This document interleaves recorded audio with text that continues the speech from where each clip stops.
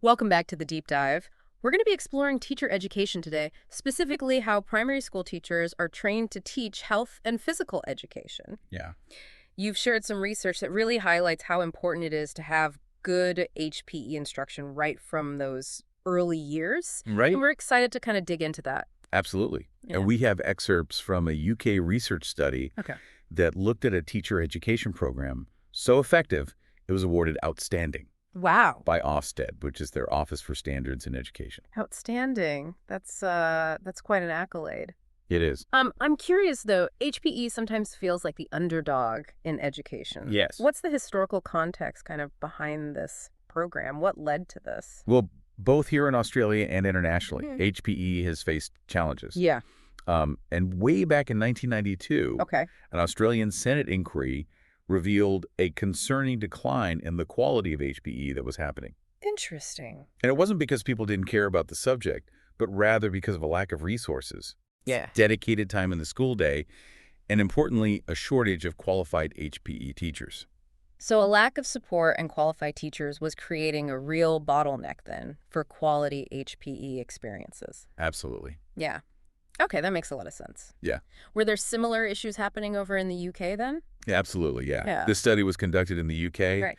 and they also have concerns about who's really prepared to teach HPE well. Okay, so let's talk about this standout UK program. Yeah. What made it so unique? Well, the study focused on a Bachelor of Education honors program Okay. for primary education with a specialization in PE. Right. Now, lots of programs offer PE specialization, but this one dedicated a whopping 290 hours Oh. to practical PE instruction. 290 hours. That's a serious commitment. That's a lot. Yeah. So to put that in perspective, Yeah. that's far more than most other programs. Right. So think about the impact that that hands-on experience has Yeah. on their confidence and their Yeah. ability to create really engaging lessons. Absolutely. Yeah. It makes me wonder what the reaction of the students to such an intensive approach was. Yeah. How did the researchers actually investigate the success of this program? Well, they used a qualitative case study approach. Okay. So instead of just crunching numbers, they wanted to deeply understand what made this program tick. Right. And they used a real mix of methods. Okay. Interviews with the course lecturers, Yes. reflective journals from the students, observations and document analysis. So they really tried to capture the essence of the program, not just the surface level. Absolutely. What did they discover about the structure of the program then? It's a 4-year program. Okay. But here's the key. It weaves practical experience into every aspect of the course. Right. They have these robust partnerships with local schools, Okay. giving students access to observe and teach children in almost every module. So right from the start, they're putting theory into practice. That's right, from very early on. Yeah, I see what you mean. Yeah. So instead of being stuck in lecture halls, Yeah. Yeah, These future teachers are out in the field right. getting their hands dirty, so to speak. Exactly. Did the researchers mention anything about the instructors themselves? Yes, they did. Okay. All of the lecturers have extensive teaching backgrounds, Right. which means they bring real-world experience to their teaching. Yeah. And it's not just lectures. The Right. program emphasized hands-on learning, so they even brought children into university sessions Wow. for these pre-service teachers to observe and interact with. That's fantastic. It sounds like they were really trying to break down those walls between the university and the school environment. Yeah. But beyond the structure of the program, what evidence did they find that this approach was actually working? Well, remember that outstanding rating from Ofsted? Yeah. That wasn't just given out lightly. Right. They have a very rigorous inspection process Okay. involving school visits, content analysis, interviews with tutors, students, Right. and even representatives from the partner schools. So it wasn't just a pat on the back. No, it was very thorough. They really scrutinize this program. Absolutely. Okay, that's reassuring to hear that Yeah. it wasn't just a subjective opinion. Yeah. They had to meet some seriously high standards Yeah. to get that rating. Very high standards. And on top of that, did they find any other evidence? Yeah. External examiner reports consistently praised the program. Oh, wow. They loved its coherence, the quality of feedback given to students, Okay. and of course that impressive amount of time that students spent with pupils. Right. Yeah. And national student surveys showed a staggering 94% satisfaction rate Wow, that's very high. with the course, and an incredible 99% Gosh. agreed that Staff were great at explaining things. Those are really impressive numbers. They are. It seems like they've really hit on a winning formula for Yeah. effective teacher training in this area. Yeah, absolutely. But we know real-world implementation isn't always smooth sailing. No. What kind of challenges did the program face? Well, one issue they had was limited outdoor space at the university itself. Not ideal for a program that emphasizes active learning. Definitely not. Yeah. So did they try to make do, or did they come up with a more creative solution? They came up with a really good workaround Yeah. collaboration. They partnered with local schools to use their facilities. Oh, that's great. It's a win-win. It is, yeah. The university gets the space they need, Yeah. and the schools benefit from the expertise of the university program. Now that's what I call resourcefulness. Yeah, Much better solution than each institution trying to go it alone. absolutely. Did the research mention any other hurdles that they had to overcome? Well, it turned out that some primary schools, unfortunately, didn't prioritize PE. Oh, that's a shame. It is. It sounds like a real catch-22. How do you get schools to value PE if they don't have properly trained teachers to deliver it? Yeah. Did the program just kind of accept this as a limitation? No, they didn't. They cleverly turned this into a professional development opportunity for those school staff. Oh, okay. By having the children participate in these university-led sessions, Yeah, they could really showcase the value of quality PE instruction.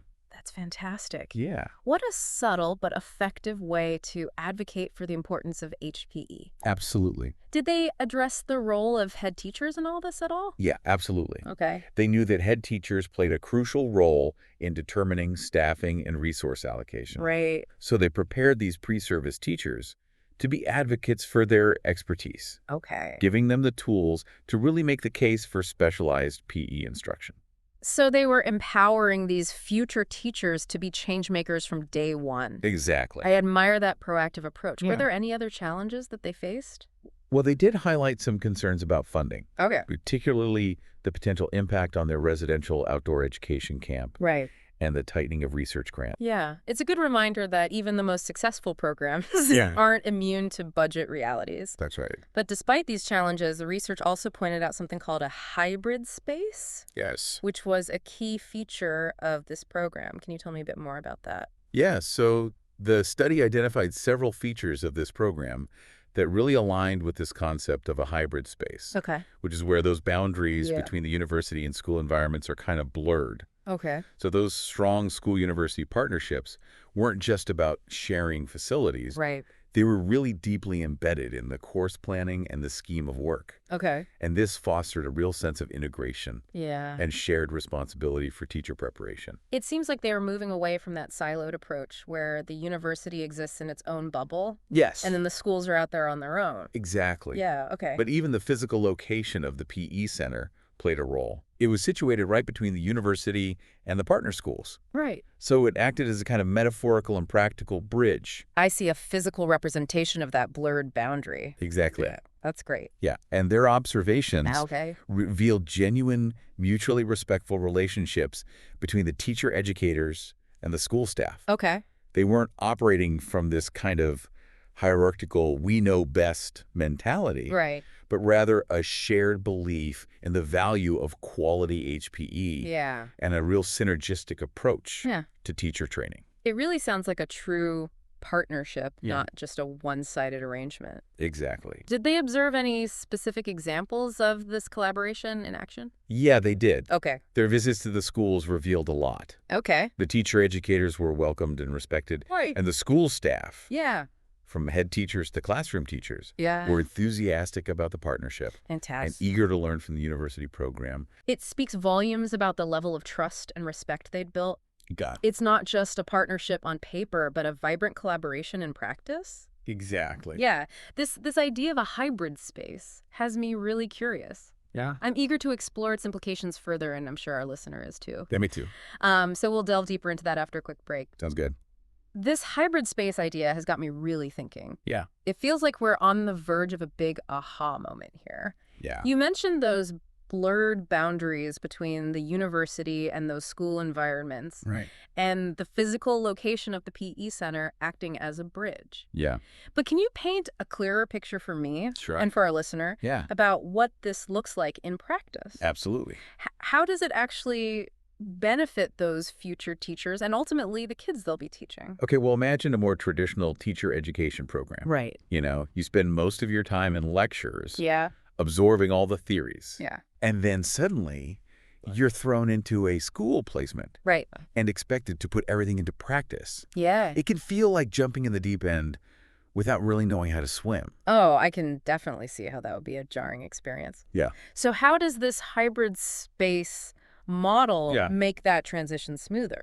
Well, in a hybrid space, that transition is much smoother Okay.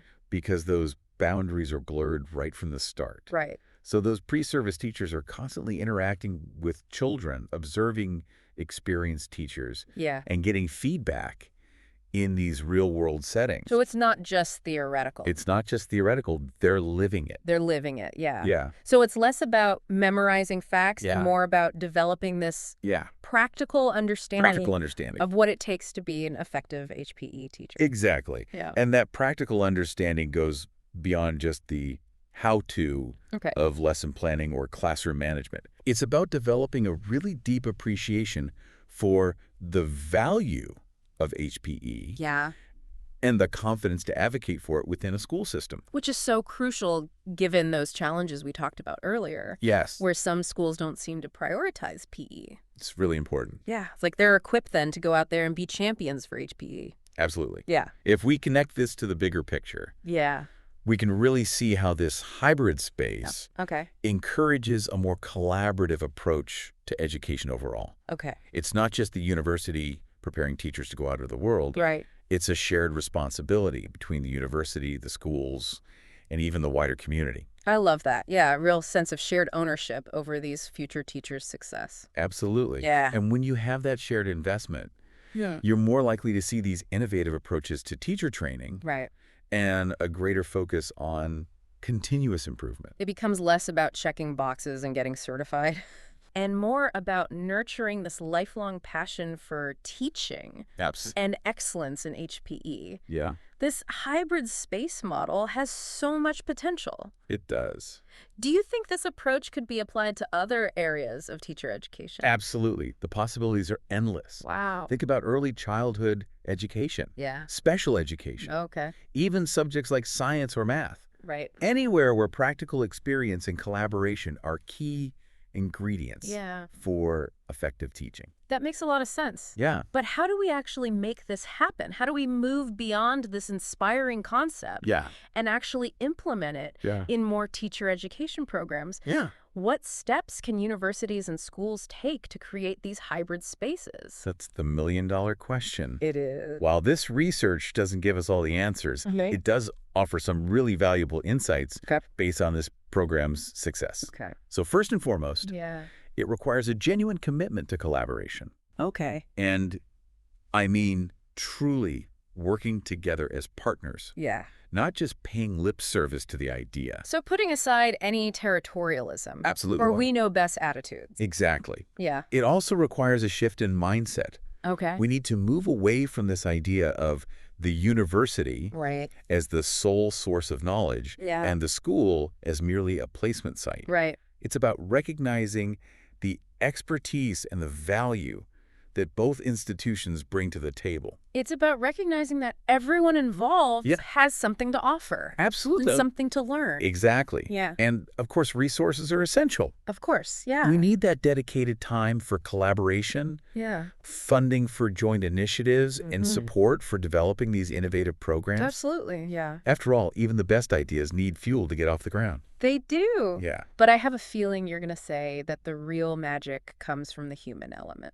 You know me too well. I do. I think the biggest challenge, and perhaps the most rewarding one, Okay. is fostering those Yeah. genuine, trusting relationships Yeah. between teacher educators, school staff, Yeah. and the wider community. Right. So when you have that foundation of mutual respect, Yes. then the potential for innovation is truly limitless. Absolutely. It makes me wonder about the role technology could play in all of this. Yeah. Could online platforms or virtual reality tools help to bridge that gap Yeah. between those university and school environments, Yeah. especially when physical proximity is a challenge? Yeah. Could we create virtual hybrid spaces? That's a fascinating question. It is. Technology definitely has the potential to facilitate communication, share resources, and create those simulated learning experiences. Right. But it's important to remember that technology is just a tool. It is. It can't replace the power of human connection and those face-to-face interactions that are so vital for building trust and understanding. So it's not about replacing those in-person experiences, but about using technology strategically to enhance and expand opportunities for collaboration. Yeah, absolutely. This deep dive has been incredible. It has. We've gone from those historical challenges facing HPE to a shining example of a program that's producing outstanding teachers.